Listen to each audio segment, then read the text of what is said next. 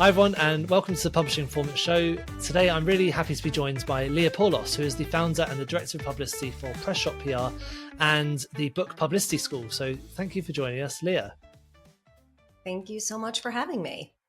Yeah, my pleasure. Well, tell us a bit about your background, because I know you've worked with a lot of famous books and a lot of great books. So tell us a bit about your background and what led you into doing publicity. Yeah, so I am one of the rare independent book publicists who did not come up and get their initial experience in publishing. Yep. So I actually have never worked in a publishing house. I rather came from journalism. I was a writer and magazine editor for the first years of my career. And that honestly was the best training of all for doing publicity, because it is, I was on the other end of the work that we do now. I was the one receiving pitches. I was the one figuring out what we wanted to cover, how we wanted to cover it, how to make a story out of something that people pitched us. And that's really what we do when you're doing book publicity. That's really what you're doing. Right. You're figuring out how to position a book so that a journalist can write about it, so that they can make a story out of it really easily. Yeah. So publicity and PR, for people who've never heard, are they the same thing? Yeah, pretty much. For publishing, it's generally referred to as publicity, but people use them pretty interchangeably. Yeah. So the main aim of your job as a publicist is to get people who have got books, get authors and writers to, get their books more famous, but more people seeing them. Is that sort of summary of it all? Yeah. I mean, it is really about figuring out how to get a book out to its audiences through earned media. So it's not through advertising, which is paid media. It's by positioning it in such a way that journalists or influencers or anybody that has an audience that they can speak to, figuring out how to present the book to them in such a way that they'll cover it, and then the book gets exposure in front of their audience. Yeah. Okay, great. So you just said earned media. So what is earned media? What does that mean? Media is different than paid media. Paid media is advertising. If you want to completely control the message and you want it to be a sure thing, you can pay for it. That's what advertising is. Publicity is different. It is, you have to sort of sell the ideas on their merits. So you have to get people to want to write about it. We don't ever work in any sort of pay for play type environment at Press Shop. It's really about making people interested organically and wanting to cover it because it's an interesting story and because their audience that they've cultivated, their listeners, whoever it is, will find it interesting. Yeah, amazing. Now, with Press Shop PR, obviously you just mentioned you've got your background in journalism, which makes you stand out slightly to the other publicists in the industry because you've been on the receiving end of this publicity. So I guess your advantage is how that other aspect works. Is that what made you found Press Shop PR in the first place? Yeah. So, I mean, I loved being a journalist. I did it for several years. I think for me, the impetus for changing over was a couple of things. I mean, one was I worked at Condé Nast, which was at Times Square, and I commuted to Times Square in New York every single day. And I finally, after a couple of years, I was like, I do not want to do this anymore. I don't like commuting to Times Square every day and sitting in a cubicle. So that was the thing I would say that just led me to the immediate thing to get out of journalism. And then I sort of thought, all right, well, what should I do instead? I was doing a lot of freelance writing. So that was still journalism, but on a freelance basis. And then from there, I kind of pivoted to working with people who, whenever I just found that whenever I told people that I worked in magazines, they were always asking me, how do you get into these magazines? Especially when I was doing copywriting for various companies. They were like, oh, you worked at Condé Nast. Like, I would love to be featured in these magazines. How do we do it? So I was always talking to people about that. And It's the kind of thing when you work in a certain space, things seem obvious to you. And Yeah. then you get out of it and you realize, oh, wait, this is not so obvious to everybody who's not in this space. So that was sort of how I moved into publicity. Is I just it was sort of an organic consulting with various people about how to put themselves in front of editors that could potentially cover them. And then my first book client was kind of random. He was married to somebody I was working with on some copywriting for her company. And that was my first entree into publishing, and I just ran with it. I mean, I've always loved books and writing. And so as soon as I started working with him, his name was Frank Delaney. He was from Ireland. He had a big bestseller called Ireland. And then I worked with him on multiple books. And, from there, I just built the business out of that and really realized that there's a huge need, especially the way publishing has been changing and the media world has been changing. It's really left authors in this position of not having enough promotional support from the publishing companies. So it really left this opening for authors, a service that authors really needed. They worked really hard on this book. They, pour their heart and soul into it, and then it comes out, and the publishing company, for all sorts of reasons, business reasons, because the media industry has just changed so quickly, and publishing doesn't tend to change quite as quickly as anything else. It sort of created this space where authors really needed extra support. So that was sort of why I founded Press Shop PR. And we have been doing it ever since. Yeah. I mean, a lot of authors don't really come from a business background often. So concepts such as publicity and the marketing are quite unusual for them. They're quite artistic, creative people. So coming to an expert like you is really helpful. Mhm. I mean, it's clear you've worked with quite a diverse range of authors, and you started with Frank Delaney. So let's hear about some of the authors that you have worked with and hear some of the case studies about what you've done with them to make them successful. Yeah. So we've worked with probably close to 350 authors now. We're a team of five, and we've been around for a while at this point. So it's been a really big range. We have the really big, the number one bestsellers that we've worked on, the books like March, which is behind me here on my wall, for anyone who can see on video, which, won a National Book Award, was a huge bestseller. We worked on Tyranny by Tim Snyder, which also was a number one bestseller right after the 2016 election here in the US. So we've worked on a number of really big books like that with Neil deGrasse Tyson.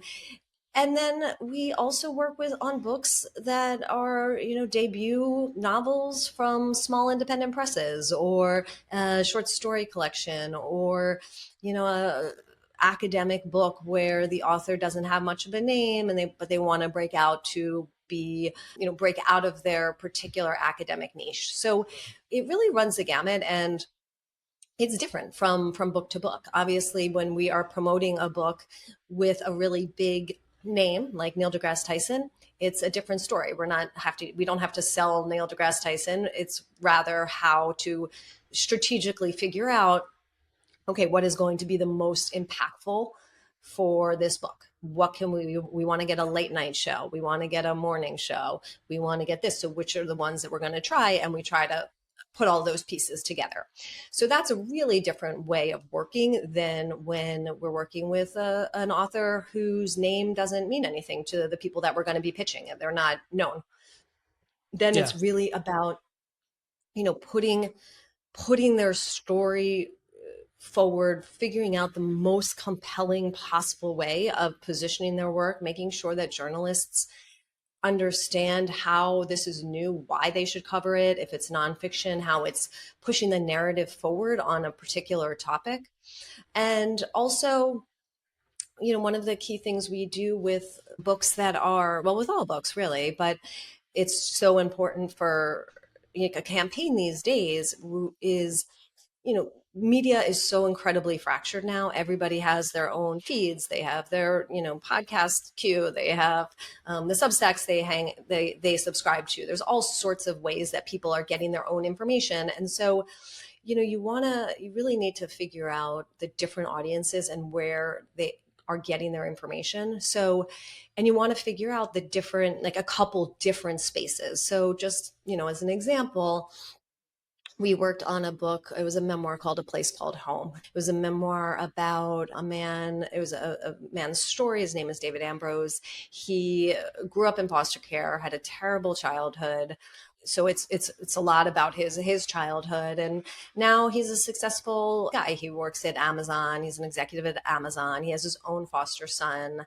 So for a book like that, we wanted to think, how are we going to how are we going to promote the book to all the different audiences? So you want to think in this case, it's not just that it's a memoir. Memoirs can be really hard to promote, but we saw when we started working on this book that there's the people that are going to be interested in it from, they're interested in foster care, they're interested in child poverty. We can go into that category and get a lot of coverage. We can also pick up the people who do cover a memoir.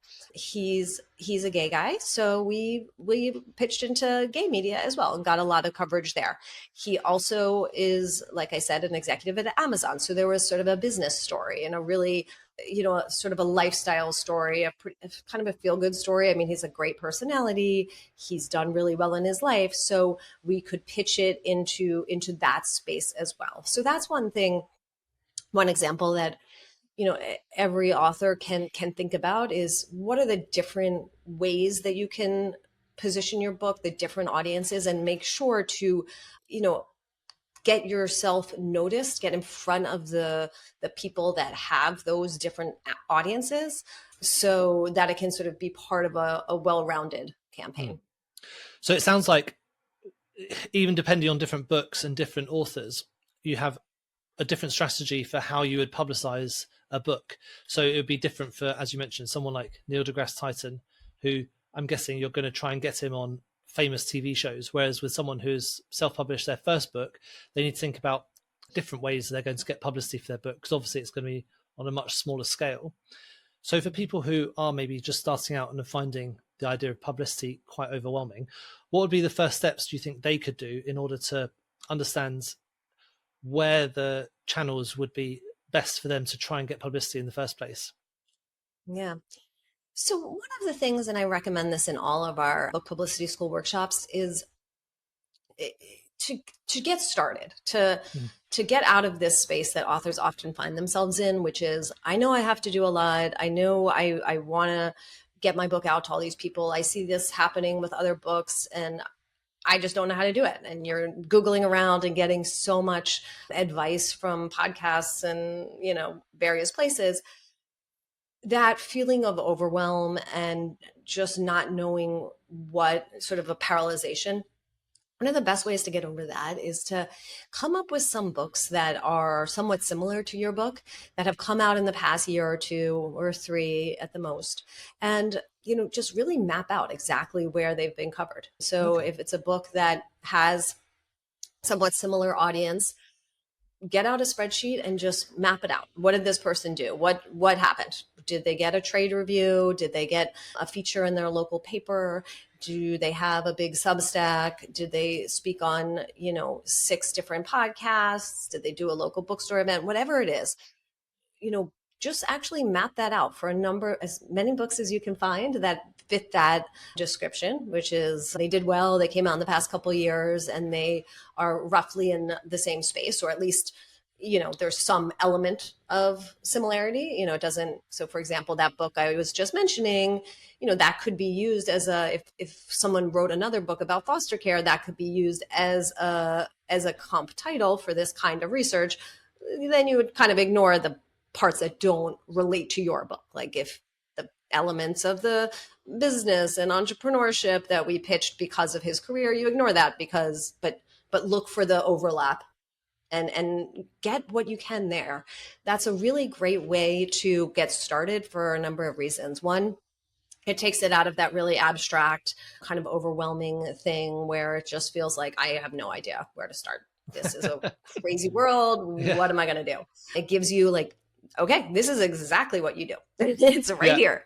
And then it also gives you specific things that you can pitch. You can say like, oh, look, that podcast, I've never heard of that podcast, but looking at it, they've got, however many social media reviews. It looks like it has a dedicated audience, and it looks like a good audience for my book. I'm going to add that to my list and try to reach out to that show about my book.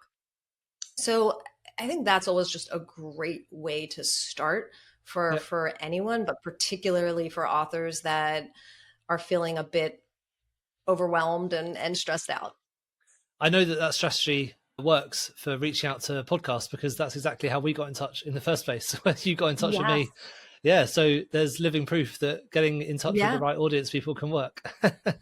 Here we are. This is exactly a case study in making this happen. So when you're working with, let's think about maybe what you just said about finding the competition. When you're working with a new book author that you're working with, is that the first step that you do as well? You'd find the competition, understand what they're doing, so that you can maybe map out a kind of, is it mapping out an audience profile? Yeah, I mean, so I would say that we've been doing this for a long time, so we don't fully map it out because in that same way, because we don't need it to serve all of those same purposes. Yeah. Like we know what a general campaign will look like. Where we do it is in finding the other outlets. So if we find a book, and then we'll look and see what are all the shows, who are the journalists that reviewed them, who mentioned them on Substack. So we absolutely do that for our books. It's really necessary now. I mean, even though we've been doing this for so long and we've got, so many contacts, people we've worked with, you have to be doing it now because everything's changing. Yeah. It's changing so incredibly quickly. I think the rate of change has been quite high for many years now, but it's accelerating even more. So you have to be nimble. We can't rely on, oh, we did a book like this a year and a half ago, let's just go to the same people. We absolutely will go to those project documents that we have and pull out the contacts, but it's not enough because some of them aren't around anymore. Others, there's a whole new crop. Maybe this guy had a podcast and now he is like, all right, forget that podcast. I actually prefer a YouTube show and have a new producer. So you just really, there's no substitute for getting down in the weeds and doing that real-time research. Mm-hmm. So yeah, we do a lot of looking into comp titles all around. Yeah. When you're doing publicity for the first time, are you thinking about trying to aim for more specific publications to get featured in, or is it better to go wide to get that more general publicity, or does it really just depend on the book? No, it depends on the book. I'd say that the way we think of it now is that people are getting their information from so many different sources. And so you really want to be in a lot of different places, because if you say, are like, oh, I don't really like interviews, I'm going to really try to maybe place an op-ed and an essay and hopefully it'll get reviewed and I can do a written Q&A, like, okay, great.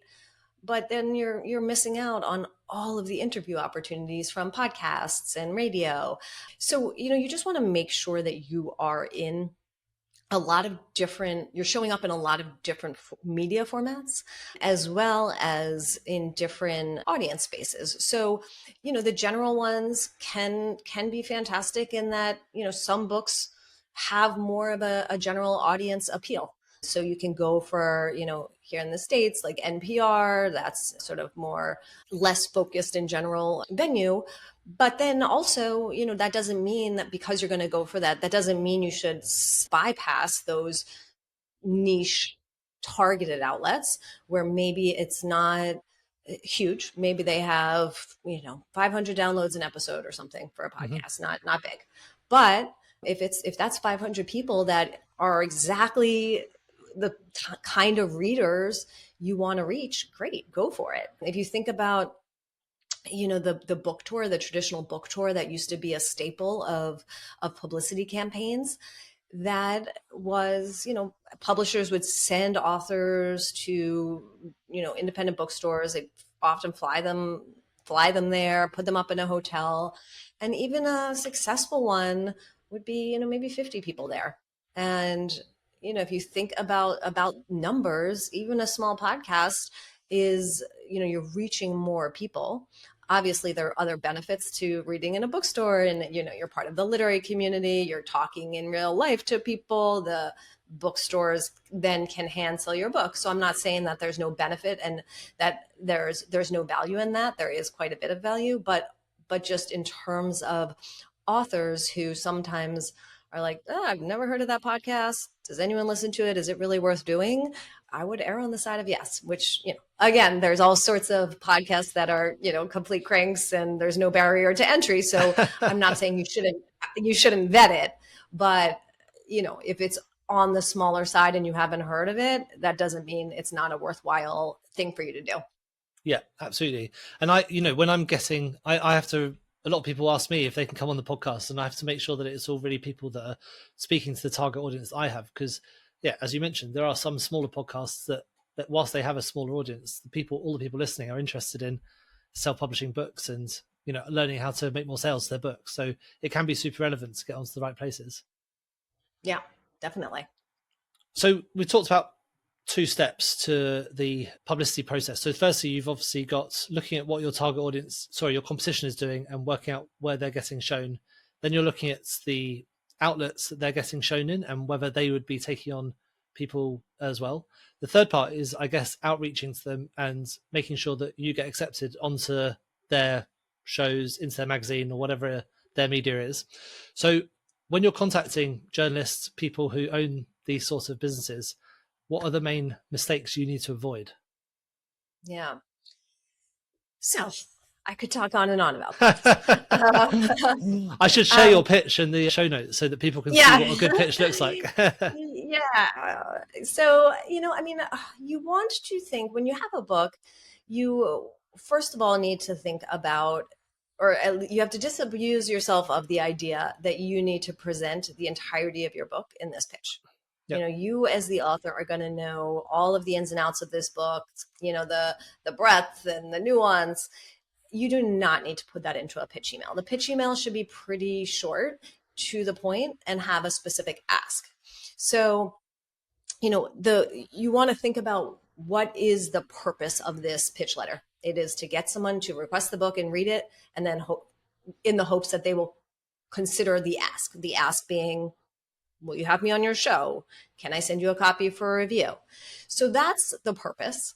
Mm-hmm. And then you have to think about also that, how is it landing? What you are landing in an inbox that is most likely overflowing to somebody that is very, very busy. They do not want to be hit by a massive wall of text where they have to read to the 3rd paragraph to even understand what your book is about.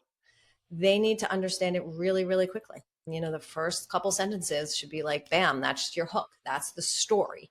You need to give journalists, if you want them to cover your book, you need to give them a way for them to cover your book, which means a story. They don't cover books. They're not there to say, oh, Judy wrote a book. Who cares? They want to know what Judy's book has to offer that their readers and their listeners or their audience is going to find interesting and valuable. So you have to give that to them in your pitch. So, that's one thing. The other thing is you want to make sure to, at the same time, make sure that the bare bones facts are there. That's one thing that people forget all the time. They just, send a thing and forget to say, like, when did this book come out? Who's publishing it? All of those things.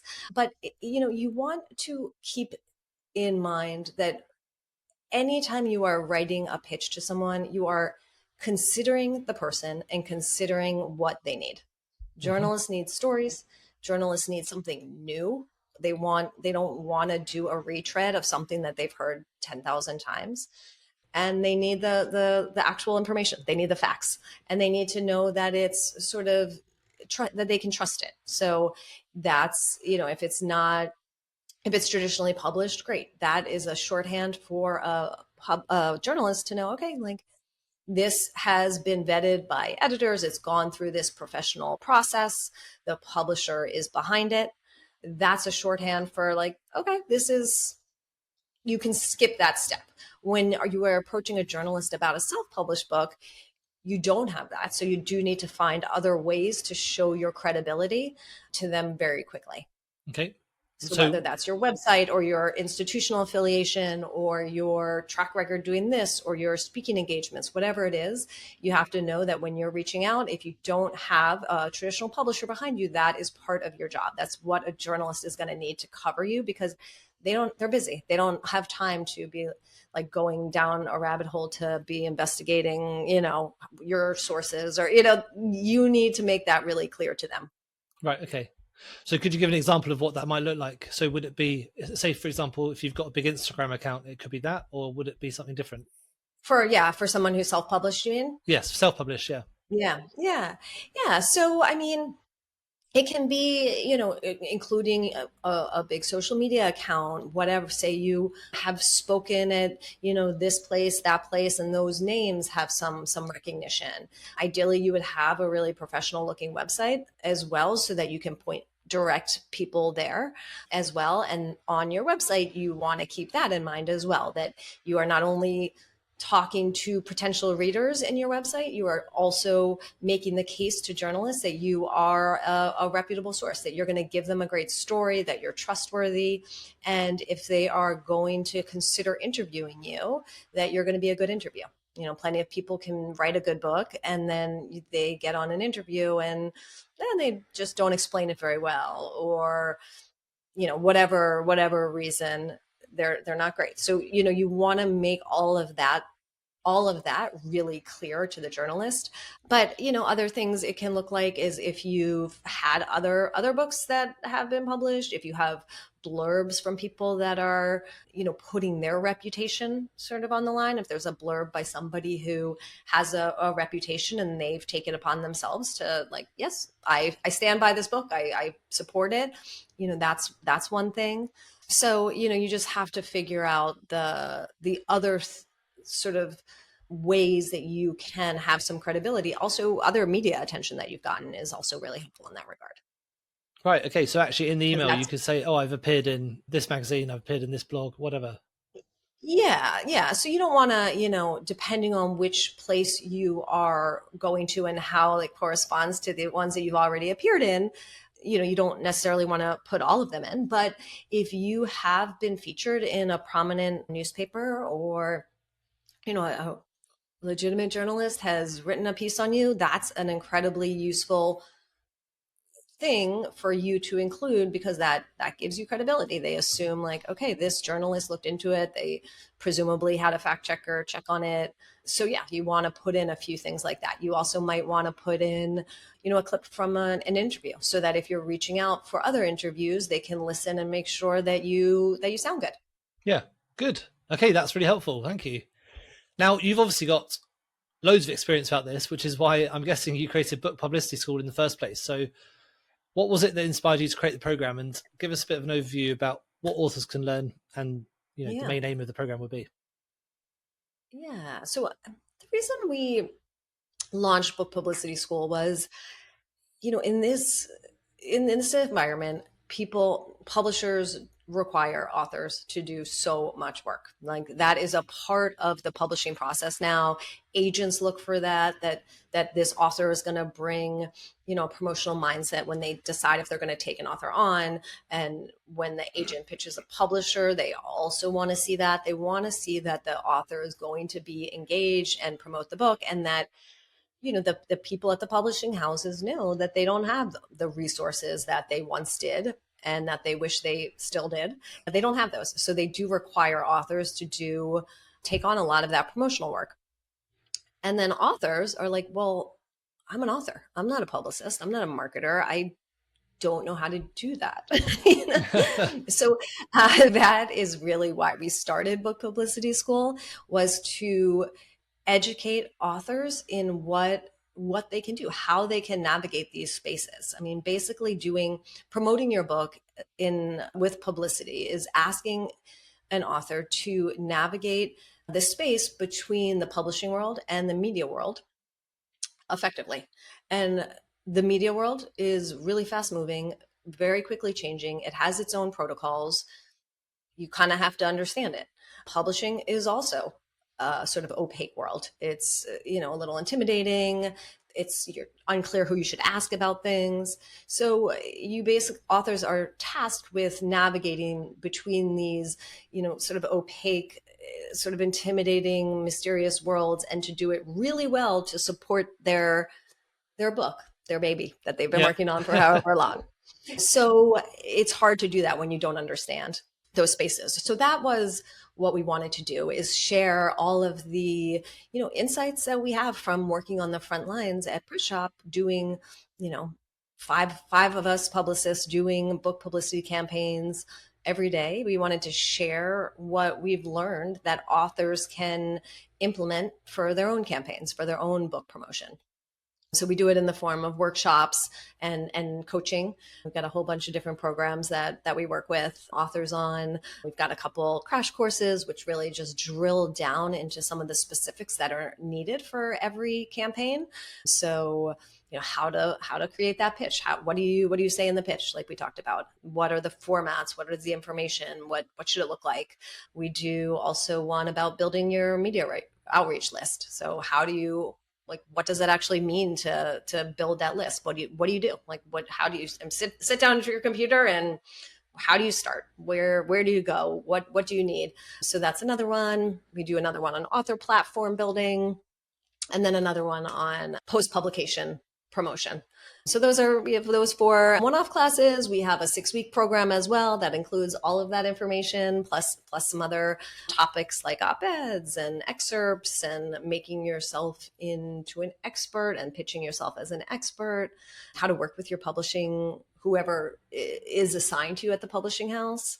And then we also have a Facebook group where we actually give people feedback on their pitches. So they'll put in a pitch and we're like, well, you know what, this sentence is really interesting, but that's the 7th sentence. I really had no idea what you were talking about until then. We're very nice about it, but we also, we're straightforward. If I read a pitch and I'm like, I actually have no idea what this book is about, that's not good. You need to, start at this point and go rework it.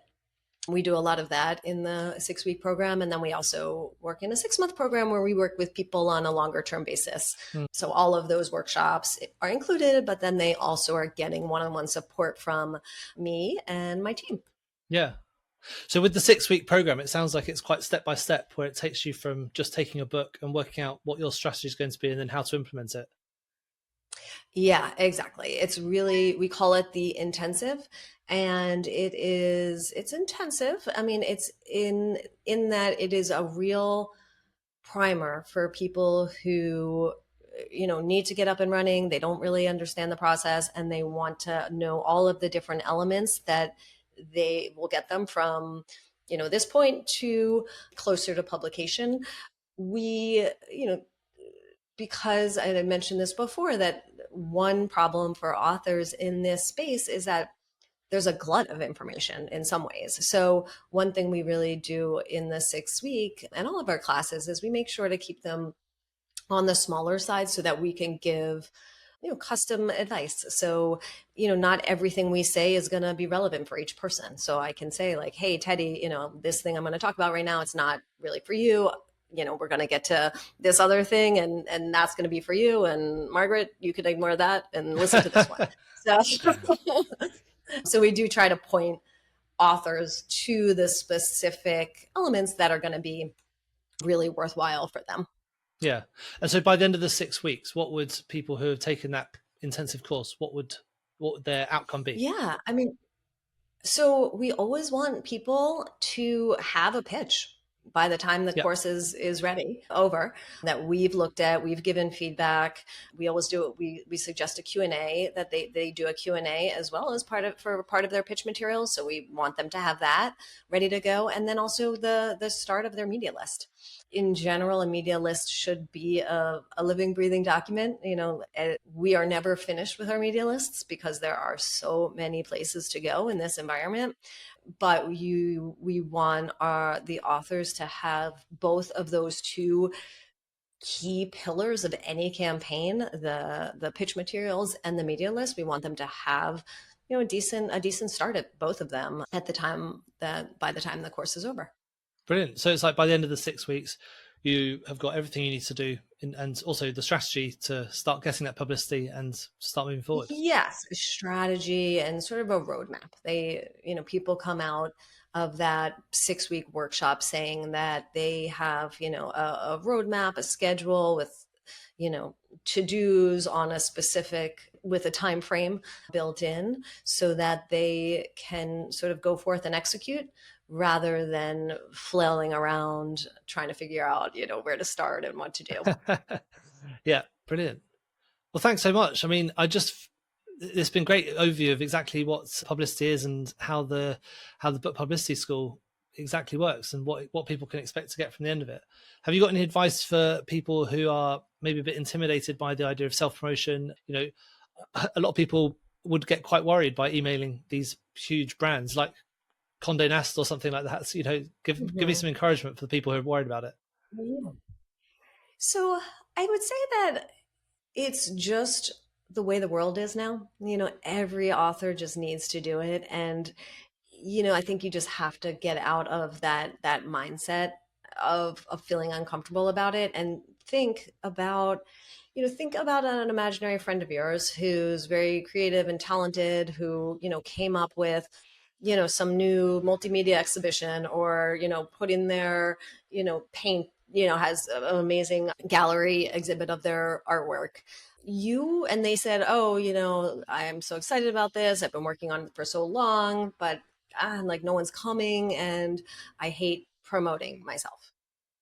You'd be like, well, you have to, there's no, you have to let people know you've done all of this work. You owe it to the work to tell people about it. So, kind of stepping back, and, I say the same thing to authors, it's you are putting this out into the world because you think it's valuable, and you're doing a disservice to your work if you're not going to let people know. The other thing is a slight reframe is that you're not promoting yourself, you're promoting your book. You think this is valuable, so you are going to tell people about it. It doesn't have to be me. It's your book. Yeah. So that's one thing. And the other thing I would say, if people are intimidated about, say there's a podcast that they love and they think they would be great on it, but then it's just it's hard to press send. Is this okay? Just send it. What is the worst that can happen? Yeah. What is the worst that can happen? They can ignore you. They can say it's not a good fit. Okay. Then you're right back where you started, which is not being on the show. Yeah. I'd say don't worry about them ignoring you, because think about how many emails you ignore yourself. And totally. Yeah. No, you cannot take a non-response from an email personally. I mean, I would be just a shell of a human being if I did that as a publicist. I mean, as a publicist, you have to learn that there are a million reasons why someone doesn't respond to your email. It may have been buried in other emails. Maybe they're on maternity leave. Maybe they're just working on a different big story. There are so many reasons, and just do not take it personally. That's so important for authors, because it's hard.